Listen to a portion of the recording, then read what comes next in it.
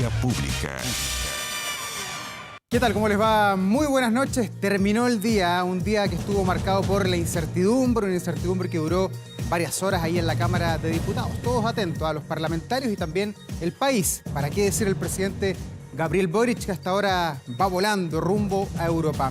Esta mañana en la Cámara de Diputados, tras varias horas de discusión, se rechazó finalmente la acusación constitucional en contra del ministro de Educación, Marco Antonio Ávila. 78 votos en contra y 69 a favor, lo que implicó que la Cámara rechazó este libelo acusatorio impulsado por parlamentarios del Partido Social Cristiano, de Renovación Nacional, del Partido Republicano y también de la UDI. Evópolis, recordemos, no concurrió con los votos y hay un tema allí político al interior de Chile Vamos.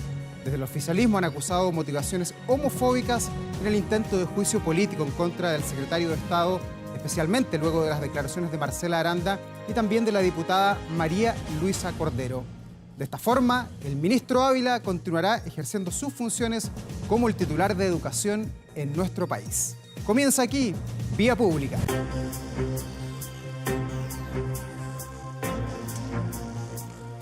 Y por supuesto vamos a seguir sobre este tema que ha marcado la agenda. Nos acompaña acá en el estudio el senador de Demócratas, Matías Walker. ¿Cómo está, senador? Buenas noches. Hola, Davor. Muy buenas noches. Bueno, senador, ¿cómo observó lo que ocurrió hoy día en el Parlamento? ¿Se salvó solo el ministro? ¿Se salvó por los errores de la oposición? ¿Cuál es la lectura que hace usted? Sí, lo que hay que entender es que no se estaba juzgando si era buena o mala la gestión del ministro de Educación, sino que si el ministro había infringido la Constitución y la ley, se había incurrido en un ilícito constitucional.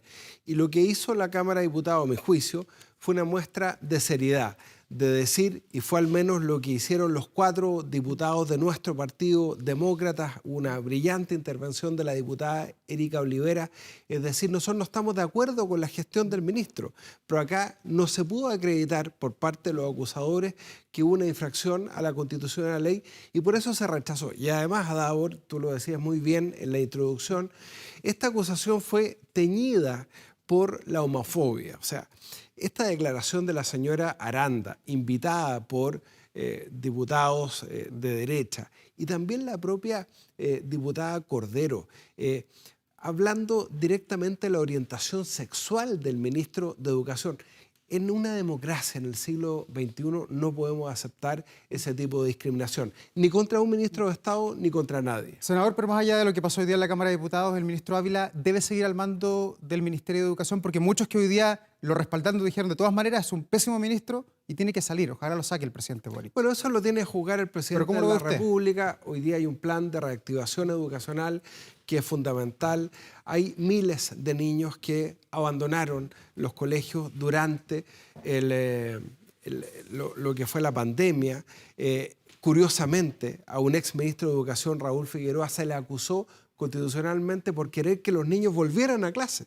Yo rechacé también esa acusación constitucional, lo que demuestra que hemos tenido consistencia histórica. Eso lo tiene que juzgar el presidente de la República. Yo creo que no es el ministro Ávila el mejor ministro de Educación que podríamos tener en Chile, pero eso es una cuestión que tiene que juzgar el presidente de la República. Oiga, senador, en otro tema, el caso convenios. Vamos casi un mes ya conociendo por capítulos. Ahora esta misma tarde se conocían nuevos antecedentes que incluso podrían involucrar a la fundación de la presidenta Bachelet. Usted, que es un político experimentado, que ha sido gobernador, diputado, ahora senador de la República, ¿cómo cree que se puede salir de esta crisis que tiene hoy el gobierno del presidente Boric? Bueno, yo creo que lo más importante es que la Fiscalía haga su trabajo. Nosotros, como demócratas, encabezados por nuestra presidenta Jimena Rincón, le pedimos al Consejo de Defensa del Estado jugar un rol muy protagónico, de ver cada una de las cosas. Recordemos que el Consejo de Defensa del Estado es el que defiende los intereses del fisco en juicio y así lo está haciendo. Nos parece muy bien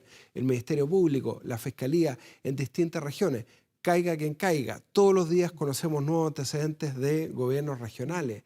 Y eso es muy complejo, porque cuando el gobierno nos está pidiendo apoyo para un pacto fiscal, para una reforma tributaria, la gente tiene todo el derecho a preguntarse, Davor, bueno, ¿y para qué nos van a meter la mano al bolsillo a la clase media, a las pymes, si van a financiar fundaciones que son políticas? Porque además no podemos meter todos al mismo saco. Acá está el Hogar de Cristo, Desafío Levantemos Chile, Un Techo para Chile, que ha exportado un modelo de solidaridad al resto de América Latina, pero y por supuesto que no pueden pagar justos por pecadores, pero sí hay fundaciones que son políticas, que se constituyeron al inicio de este gobierno, que se transfirieron recursos a los amigos, a los operadores políticos, y eso tiene que tener una sanción. Ya, y en eso que usted escribe, ¿usted cree que el ministro Jackson sabía cómo operaba Revolución Democrática en esta transferencia a fundaciones que se ha descrito ya y que han aparecido varias a lo largo de 9 regiones del país? El ministro Jackson es el líder de Revolución Democrática, es el que dijo que ellos tenían una superioridad moral sobre el resto, un discurso que se ha caído a pedazos. Yo creo que su permanencia le hace un daño al presidente Boric y al gobierno. Ya, o sea, debe renunciar, dice usted. Yo creo que le haría un gran favor al gobierno si renuncia. Ya, y el ministro Carlos Montes, ¿su situación es distinta? ¿Usted lo ve a él como el salvador de esta crisis o es parte del problema?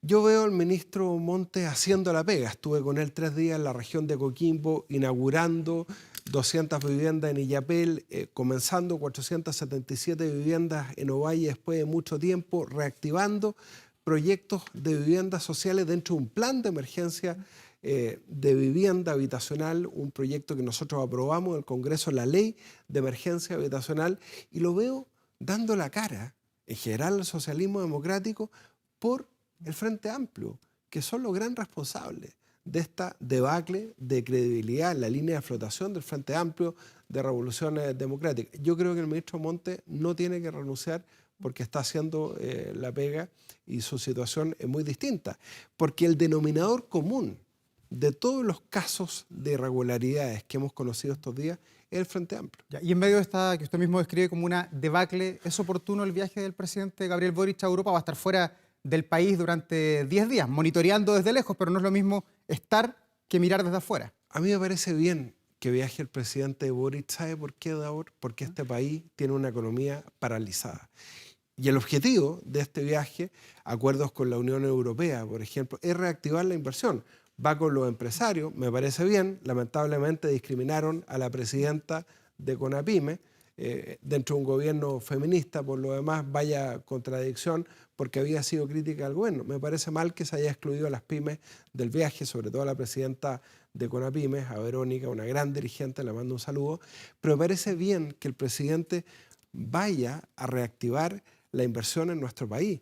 Podemos llegar a un desempleo de 2 dígitos este año. Entonces, me parece bien que el presidente vaya con una delegación empresarial, pueda promover Chile como destino de inversiones y deje que la Fiscalía y el Consejo de Defensa del Estado investigue los casos de corrupción. Ya. Senador, lo quiero llevar a otro tema, lo que tiene que ver con su labor legislativa, con la ley de los delitos económicos. Conocimos esta semana el téngase presente de la CPC, que llevó el proyecto que está aprobado, sancionado por el Congreso, al Tribunal Constitucional. ¿Cómo recibió usted ese escrito que presentó la CPC? Me parece lamentable que los grandes empresarios recurran al Tribunal Constitucional contra un proyecto que fue aprobado por unanimidad del Congreso Nacional después de 4 años de tramitación y que lo que hace es decir en simple, en Chile no va a haber justicia para pobres y justicia para ricos. Y quienes se coluden, por ejemplo, pensemos en la colusión de la farmacia, de los pollos, de los medicamentos, hasta el papel confort, afectando además, y lo decimos como agravante de responsabilidad penal, a los sectores más vulnerables. Eso tiene que tener penas efectivas y no clases de ética, no solamente multas, sino que eso tiene que tener, porque se daña la fe pública. Nosotros somos partidarios de la libre competencia, pero respetando las reglas del juego. Entonces, los grandes empresarios europeos, la CPC, deberán valorar este proyecto, porque este proyecto sanciona a los que se enriquecen ilegítimamente y premia a los que cumplen con las reglas del juego. Pero, senador, ¿no tienen algo de razón cuando dicen que esta ley, así como está aprobada, es selectiva y fragmentada? Dicen que de alguna manera apunta directamente a la persona que es el gerente o el dueño de la empresa, para entenderlo en simple. Pero, Davor, ¿cómo el gerente de una empresa que forma un grupo de WhatsApp con los gerentes de las empresas de la competencia y dicen, subamos el precio de los medicamentos, coludámonos para subir el precio de los pollos, un alimento de primera necesidad de proteína para los grupos más vulnerables de nuestro país, afectando a los adultos mayores? ¿Eso no tiene que tener sanción de cárcel? Nosotros decimos que sí, porque acá no puede haber una justicia para pobres y no puede haber una justicia para ricos. No puede ser que se roba una gallina, tenga 5 años de cárcel y un gerente que se colude para defraudar, para perjudicar a las personas más pobres de este país, no tenga una sanción. También estamos aplicando estas sanciones a los delitos ambientales, si tenemos que ponernos al día también en nuestra legislación. Entonces no puede pretender un gremio abstraerse de la aplicación de la justicia, porque obviamente por su posición afectan el normal desenvolvimiento de los mercados, la libre competencia, la fe pública. Eso es lo que estamos protegiendo en este proyecto que aprobamos por unanimidad. ¿Y usted cree que el Tribunal Constitucional va a acoger téngase presente Por de la supuesto. CPC o va a ser más fuerte el escrito que ingresó usted con otros senadores? Va a acoger nuestro téngase presente de senadores que hemos ingresado hoy día, desde Renovación Nacional hasta el Partido Socialista, de manera transversal, defendiendo lo que soberanamente aprobó el Congreso Nacional después de 4 años de tramitación. Pero en el escrito que ustedes ingresaron, ¿rebaten los argumentos que presentó la CPC o insisten ustedes en que este es un proyecto, una ley de la República ya estructurada? 50 páginas que redactamos con los mejores profesores de Derecho Penal del país que nos acompañaron desde la génesis de este proyecto el año 2019. Lo presentamos antes del estallido social, cuando ya veíamos que había una inquietud ciudadana muy grande porque veían que había 2 clases de justicia en nuestro país. Nosotros no estamos persiguiendo a los empresarios con este proyecto. Al contrario, estamos persiguiendo a los malos empresarios, a los que hacen trampa. Pero son los abogados como ustedes, colegas suyos, los que dicen que el proyecto es inconstitucional o que tendría vicios de inconstitucionalidad. Y varios salieron hoy día en la prensa, varios, no un abogado, varios de la plaza. Pero, Davor, esos abogados... Están todos equivocados, dice usted. 4 años, ¿por qué no fueron a la comisión a hablar? Justo cuando el Congreso aprueba por unanimidad este proyecto, dicen que tiene vicios de constitucionalidad. Eso es inaceptable en democracia. Estamos seguros que el Tribunal Constitucional va a ratificar lo que soberanamente por unanimidad resolvió el Congreso Nacional, estableciendo una modernización del Código Penal, este nuevo catálogo de delitos económicos y también de atentados contra el medio ambiente. ¿No puede pesarle a la política y al mismo proyecto el hecho de que no estén todos los ministros del Tribunal Constitucional? Hace varias semanas que venimos hablando de que falta nombrar a muchas personas en el país, entre ellos varios ministros del Lamentable, TC. no puede ser que no tengamos 3 ministros del Tribunal Constitucional. Lamentablemente falleció hace semanas atrás un gran ministro como el ministro Rodrigo Pica. Y faltó un voto el otro día en el Senado precisamente para nombrar 2 ministros que faltan en el Tribunal Constitucional. Tenemos que nombrar estos ministros del Tribunal Constitucional, de la Corte Suprema, la defensora de la niñez. Ahí el Senado está en falta. ¿Y allí qué se puede hacer para acelerar eso? Porque está en el fondo trabándose la pelota no solo en el TC, sino que en varios organismos públicos. Acá el presidente del Senado, Juan Antonio Caloma, tiene que jugar un rol de liderazgo y convocar a un acuerdo para proceder a estos nombramientos. Mire, el cargo de defensora de la niñez, Davor, la Defensoría de la Niñez es el cargo más importante, que tiene que defender a los niños que han sido vulnerados en sus derechos. Eso no puede ser materia de un cuoteo político. Tenemos que nombrar al mejor defensora o defensora de la niñez, al mejor ministro de la Corte Suprema. Senador Matías Walker, senador de Demócratas, presidente de la Comisión de Constitución, además, muchas gracias por estar aquí. Mucha suerte. Hasta movido este mes de julio. Sí, pero estamos con harto ánimo. Julio está movido, a pesar de lo que decían los memes. Así es. Gracias, senador, que esté muy bien. Gracias, Davor. Buenas noches. Y nosotros vamos a la pausa, enseguida volvemos con más, no se vaya.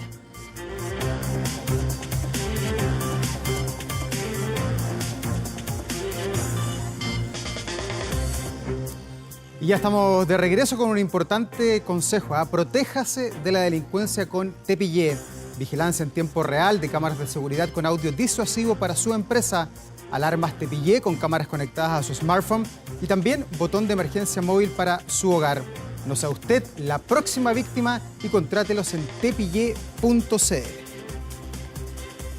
Y vamos a continuar con las conversaciones. Acá en el estudio nos acompaña Aldo Mascareño, él es investigador senior del Centro de Estudios Públicos del CEP, además investigador principal del Grupo de Humanidades Digitales C22. ¿Cómo está, Aldo? Bienvenido. Muy bien, muchas gracias. Bueno, lo primero es preguntarle cómo trabajan ahí en el C22. Ustedes se dedican a estudiar la sociedad, pero ahora se mezcla con medios digitales, con lo que está dando vuelta en la web. ¿Qué sale de todo este mix? ¿Salen cosas buenas, cosas malas? ¿Cuál es su experiencia? Sale de todo, como es la sociedad nada más, ¿no? No son solo las cosas que están en la web, ¿no? Sino que aplicamos métodos digitales, eso es algoritmos y cosas por el estilo, con estudios estadísticos a distintas fuentes de datos textuales, como las constituciones de Chile, por ejemplo, como, no sé, sentencias de tribunales o cosas por el estilo, y eso lo analizamos para identificar ciertos patrones que no son visibles cuando uno analiza esas cosas humanamente, por decirlo así, que solo estos algoritmos que tienen estas capacidades increíbles pueden detectar. Y eso es lo que nosotros sacamos a la luz y eso es lo que nos permite analizar y descubrir cosas que de otro modo es muy difícil o llevaría demasiado tiempo hacer. Aldo, y ahí está como variable, por ejemplo, el uso de las redes sociales. Está Twitter, Sí. donde hay de pronto mucha virulencia, Facebook, que es más amable, Instagram más amable. ¿Se colocan esas variables en esta juguera social? Se colocan todas ellas. Y es cierto que Twitter, por ejemplo, tiene un perfil mucho más crítico, ¿no? Puesto que es anónimo en muchos sentidos. Facebook es de personas ya algo mayores, en el fondo, ¿no? Twitter es más de gente de 30, 20, 30. TikTok es de gente muy joven también, ¿no? O sea, son distintas redes con distintos perfiles, eso hay que tomarlo en consideración cuando uno analiza redes sociales también. Aldo, ustedes han tenido harto trabajo el año pasado, ahora este año, investigando el proceso constitucional que está embarcado en este país. Así Y es. en el último tiempo han estado viendo las iniciativas populares de norma, que ya se terminó el plazo para poder presentarlas. Hubo más de 1.300 personas o ideas en el fondo que están Claro. dando vuelta, unas con más votación que otras.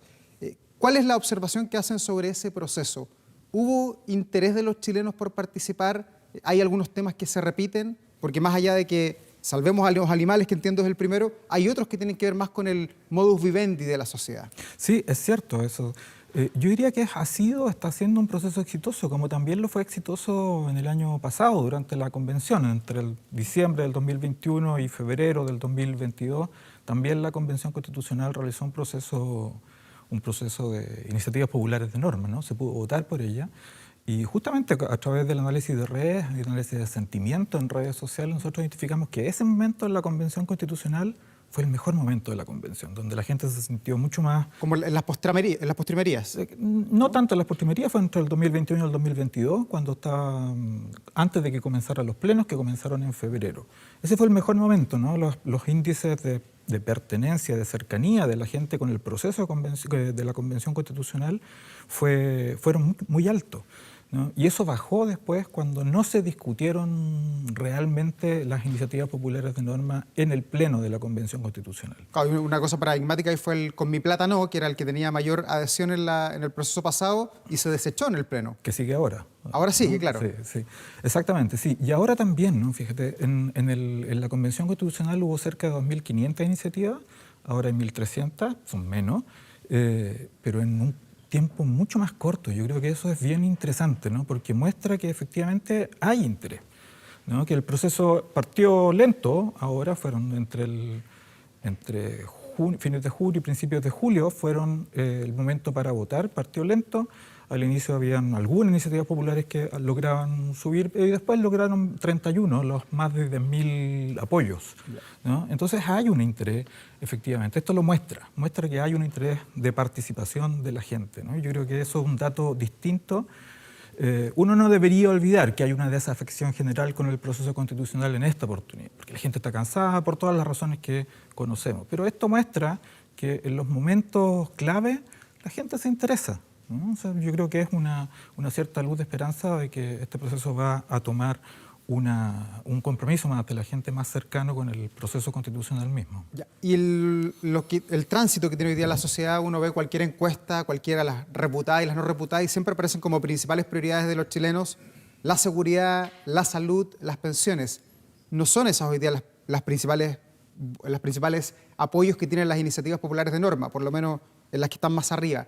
Sí. ¿Cómo se explica no sé si hablar de un choque social, pero un cambio de prioridades versus lo que se dice en una encuesta versus lo que se apoya para que se discuta en un proceso como este, que es un proceso constitucional? Sí, mira, con mi plata no, por ejemplo, que es la segunda, primero está la de los animales, es una iniciativa relativa en términos de pensiones. Uno tiene que recordar que le ponen ciertos nombres que son más atractivos en el fondo para que la gente se interese, pero el contenido de ellas no son, de todas esas iniciativas, ninguna es extravagancia en el fondo, ¿no? Responden a ciertos anhelos, a temores, a miedos de la gente, que este proceso constitucional, el Consejo Constitucional ahora va a tener que considerar muy seriamente, ¿no? Y efectivamente, ahí están estas iniciativas que son relativas al medio ambiente, como la de los animales, como las del agua, por ejemplo. Hay dos relativas al agua y hay varias otras relativas a derechos de salud, a cuidados, que es algo que no apareció en el proyecto constitucional de la Comisión Experta. Pero no está la seguridad, por eso yo le pregunto, porque todos tienen miedo y la seguridad vemos que es un problema político importante, pero no se ve acá con tanta claridad. Está la seguridad. De hecho, fueron algunas de las primeras iniciativas que tuvieron más apoyos al inicio. Tenían que ver con temas de seguridad, tenían que ver con esta protección de las policías, con el uso de armas. Son iniciativas serias, en el fondo, son iniciativas que tienen un peso interesante y que partieron por eso. Pero claro, después quedaron más atrás, pero quedaron dentro de las 31 que tienen más de 31.000 apoyos. Pero las principales tienen que ver con derechos sociales, con la salud, con los cuidados, ¿no? Con ese tipo de temas.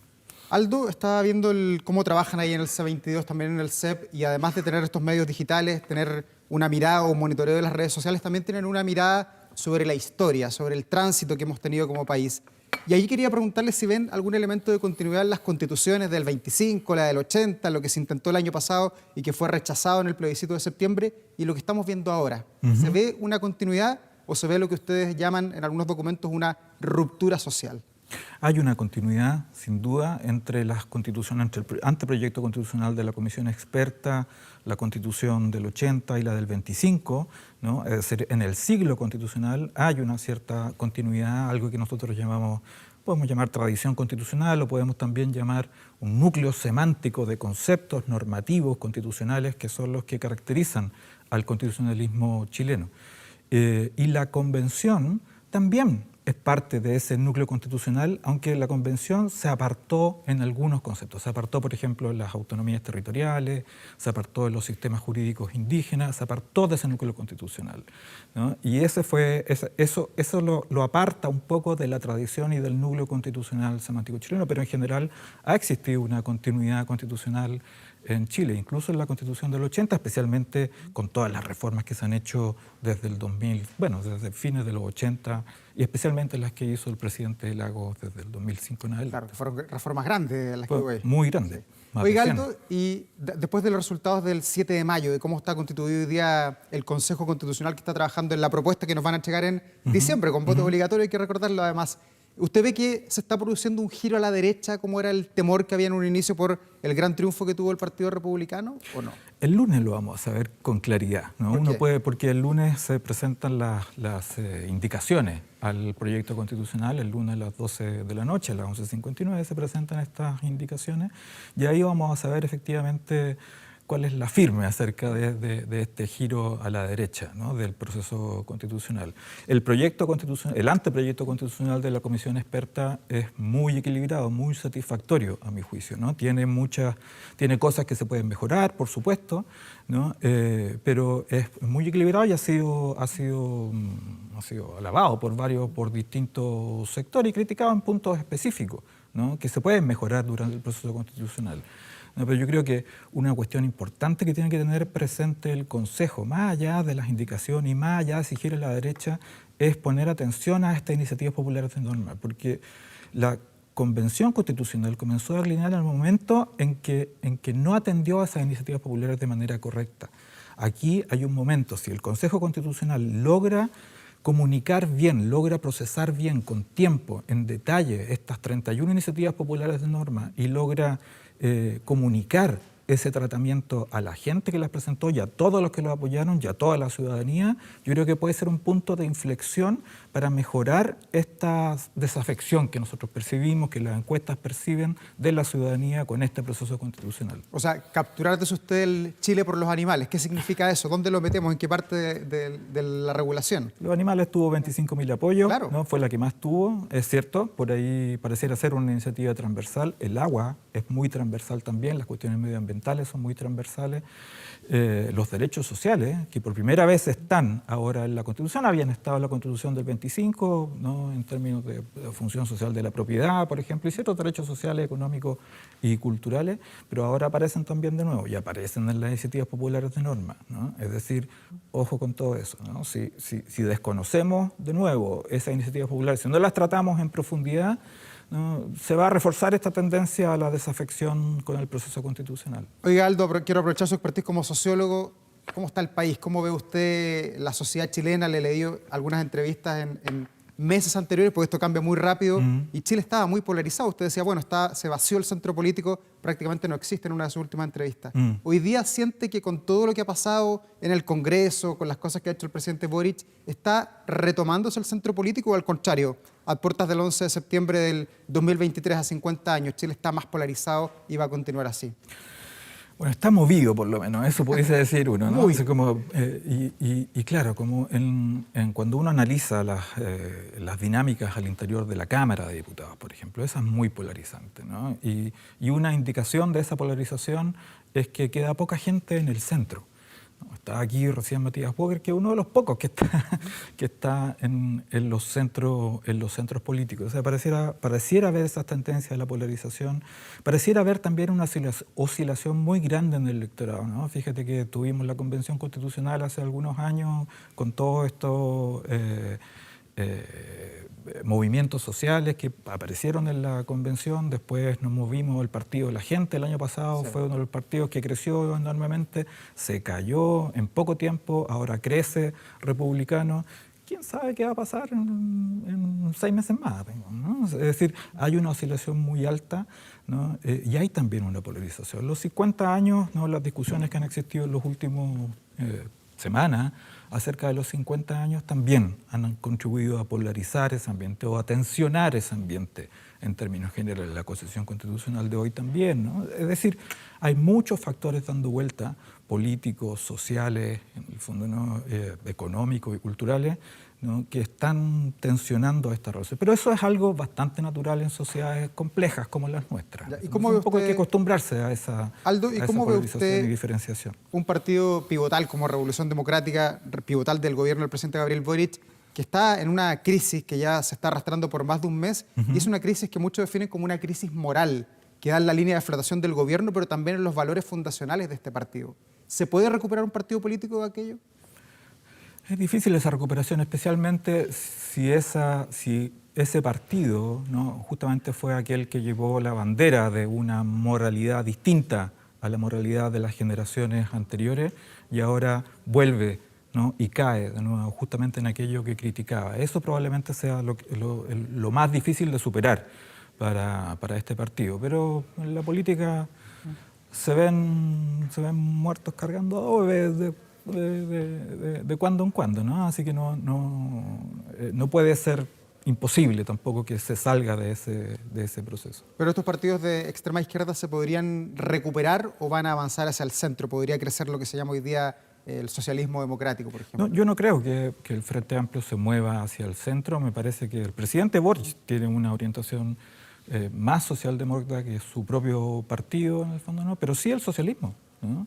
Sí el socialismo, sí el PPD, los partidos del socialismo democrático, como le llaman también, sí son partidos que pueden oscilar hacia el centro y en algún momento volver a ocuparlo, ¿no? También partidos de la centro-derecha, como Evópoli, ¿no? O este movimiento que ha tenido también en el último año, después del 4 de septiembre, después del 5 de septiembre, la UDI y Renovación Nacional, ¿no? que promovieron, de hecho, ¿no? El cambio constitucional también. Es decir, han existido momentos en el último año en que hay un movimiento también hacia una concertación y conciliación, ¿no? De hecho, el acuerdo por Chile que se logró en noviembre o diciembre del año pasado es también efectivamente una oscilación hacia el centro, un acuerdo político que logran esas élites políticas a las que tanto criticamos. O sea, han tenido sus momentos de lucidez también, por supuesto. Pero en este momentum del 2023, ¿hay espacio para que los partidos intenten darse la mano, intenten llegar a un acuerdo? Porque lo que vemos son posiciones polarizadas. O sea, veíamos esta mañana la acusación constitucional contra el ministro Marco Antonio Ávila y la verdad es que hay uno por acá y el otro está por acá y no hay línea de la concordia para poder llegar a un acuerdo. Sí, bueno, las acusaciones constitucionales tienden a esa polarización. Pero más que espacio, lo que hay es una oportunidad con el proceso constitucional. Yo creo que una cuestión fundamental para que este proceso constitucional tenga éxito es que los partidos se pongan a trabajar en pro de la aprobación de este proyecto y en pro del mejoramiento de este proyecto. O sea, si hay una tendencia de los partidos políticos, y no solo del Consejo Constitucional o de la comisión experta que todavía está participando de este proceso, sino también de los partidos políticos que apoyan a todos ellos, ¿no? Entonces efectivamente uno podría encontrar una oportunidad de lograr una transversalización política, ¿no?, de los acuerdos que permita llegar a diciembre con un proyecto aprobado y cerrar el capítulo constitucional después de 4 o 5 años. ¿Ve bien al presidente Boric? Bueno, no, o sea, ha estado muy golpeado en el fondo, ¿no?, por todo lo que ha pasado con su partido, por todo lo que ha pasado en Chile. Ahora va a tener un momento seguramente de revitalización con su gira a Europa, ¿no? Aldo Mascareño, sociólogo e investigador del CEP, muchas gracias por estar aquí esta noche. Gracias a usted. Gracias por sus reflexiones. Y nosotros vamos a la pausa, enseguida continuamos con más, no se vayan.